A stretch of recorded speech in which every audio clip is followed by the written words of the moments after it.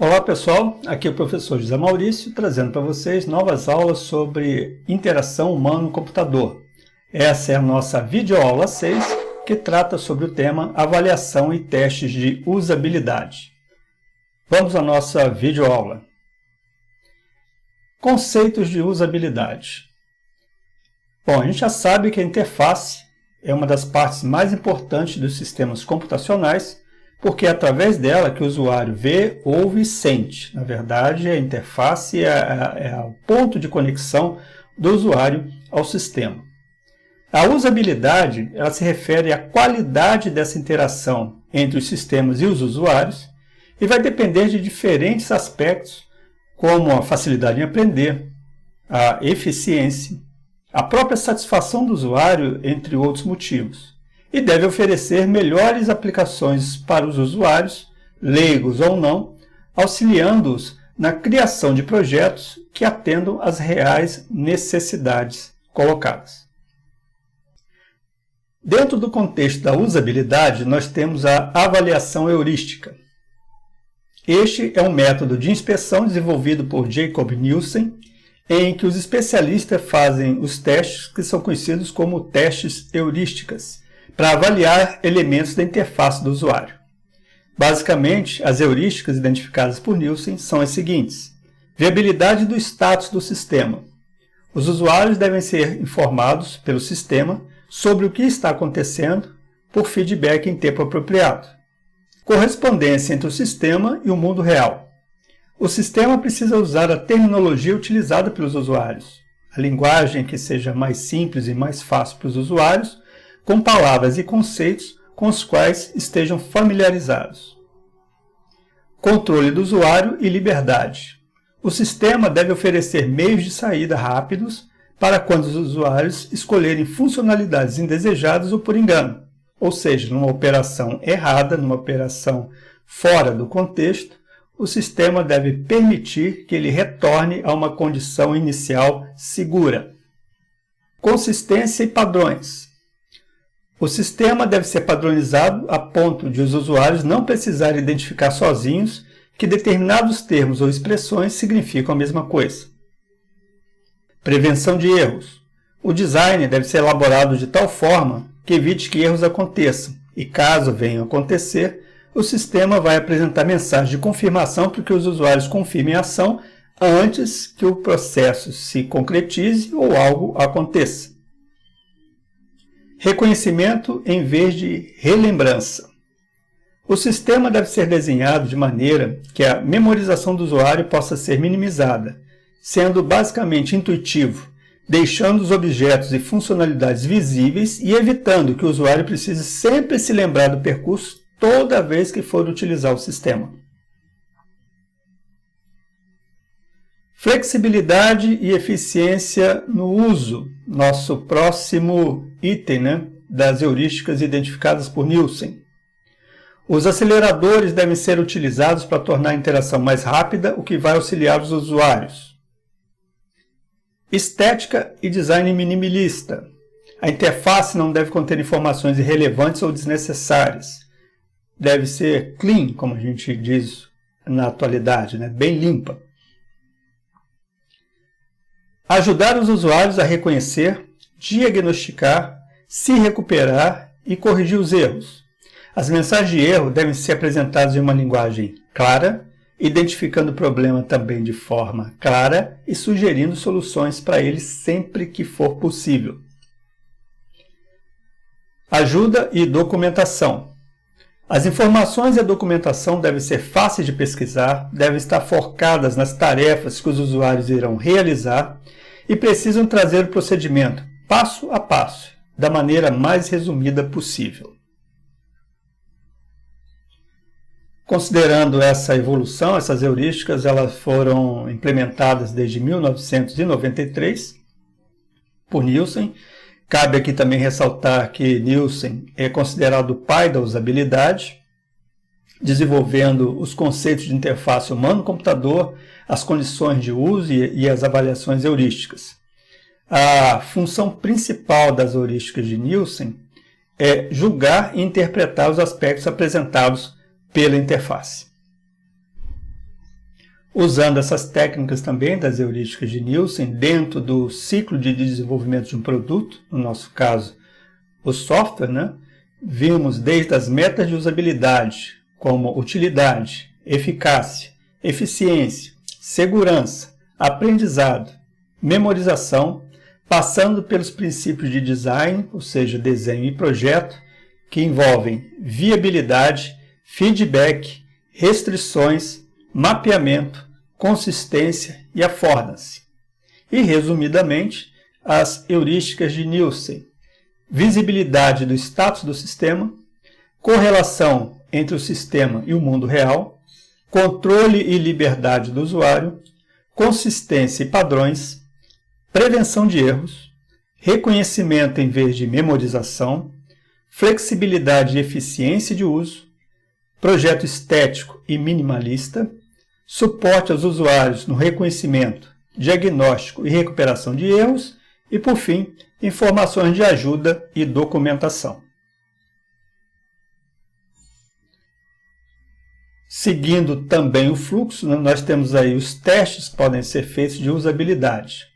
Os testes de usabilidade, eles consistem na coleta de dados, que vai se tornar efetiva por uma combinação de métodos que podem ser desde a observação, entrevistas e questionários juntos aos usuários.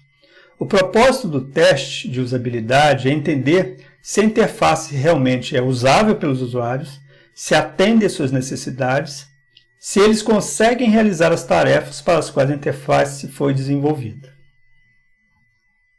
O principal objetivo é observar a aplicação usando combinações de entradas, inputs e estados de forma a descobrir falhas no software. Os testes de usabilidade necessitam ser vistos como um processo de desenvolvimento que é efetuado ao longo de todo o projeto e não apenas no final, quando a gente vai fazer a entrega do sistema ao usuário. Considerando os testes de usabilidade dentro do ciclo de desenvolvimento do produto, onde nós temos as etapas iniciais que envolvem o projeto, as etapas intermediárias que envolvem a construção, a execução, a configuração do sistema. Vamos chegar à parte de avaliação e teste, onde estão as heurísticas de Nielsen, como método de inspeção da interface, um conjunto de regras que vão também estabelecer padrões para esses testes, de forma a garantir que as interfaces sejam fáceis de usar e atendam às necessidades dos usuários. Dentro dos testes de usabilidade, sempre é importante lembrar que qualquer atividade de teste é uma tarefa complexa, deve ser dividida em fases.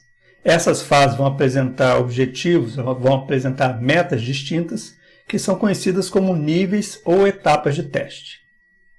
Nós temos aí, num primeiro momento, o teste de unidade, que tem como foco as menores unidades de uma aplicação, que podem ser funções, que podem ser procedimentos, que podem ser métodos ou classes. E dentro do contexto das aplicações web, a unidade pode ser considerada como uma página web, por exemplo, e seus elementos, que são os campos de preenchimento, o texto, os formulários, terem botões, links, scripts, etc. Ou mesmo um outro serviço dentro da página.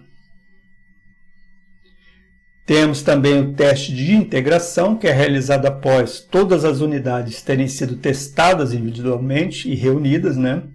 À medida que essas diversas partes são colocadas para trabalhar em conjunto, é preciso verificar se há interação entre elas e se essa interação ocorre de uma maneira adequada. No contexto das aplicações web, pode ser considerada a integração de páginas web ou a composição de serviços web associado também a essas páginas. Teste do sistema. É o teste que é realizado quando todo o sistema está completo, quando todas suas partes já estão integradas e devidamente testadas. O objetivo desse teste de sistema é verificar se os requisitos funcionais e os não funcionais que foram especificados anteriormente, na fase de levantamento de requisitos, estão corretamente implementados. O sistema, então, é validado como um todo em um ambiente o mais próximo possível, o mais semelhante possível ao ambiente de operação, ao ambiente de uso do usuário, também conhecido como ambiente-alvo. Temos ainda o teste de navegação, que tem como objetivo garantir que todos os mecanismos que o usuário pode utilizar para navegar estejam em completo funcionamento, em perfeito funcionamento, confirmar que a semântica utilizada na navegação pode ser alcançada pela categoria do usuário, que não ofereça dificuldades para tipos diferentes de usuários.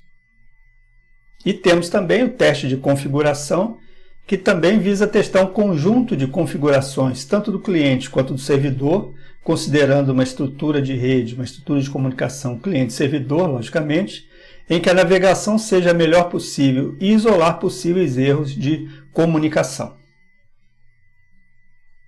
Por fim, nós temos aí o teste de aceitação, que deve ser feito pelos usuários finais do sistema, para avaliar se o que foi entregue, se o sistema que foi entregue, o produto que foi entregue está de acordo com o que foi solicitado inicialmente. O cliente instala, o cliente executa os aplicativos, verifica todas as funcionalidades no ambiente de produção, no ambiente de uso, e dá o seu aceite ou aponta problemas, aponta falhas que deverão ser corrigidas e condiciona também essa aceitação a essa correção. Podemos também resumir as atividades de teste de usabilidade em 4 tarefas: preparação, coleta de dados, interpretação dos dados coletados e relato dos resultados. Na preparação, nós temos a definição das tarefas que vão ser feitas pelos responsáveis pelos testes, definir o perfil dos participantes dos testes em relação ao que é necessário para o desenvolvimento adequado, preparar o material que vai ser observado e vai ser registrado e executar o teste piloto, propriamente dito. Na coleta de dados, observar e registrar o desempenho e opinião dos participantes durante a sessão de uso controlada do sistema. Na interpretação e coleta dos dados obtidos, é importante reunir, contabilizar e sumarizar os dados que foram coletados. E, por fim, no relato dos resultados, relatar o desempenho e a opinião dos participantes no teste e verificar se houve realmente o resultado, se chegou realmente ao resultado que era esperado.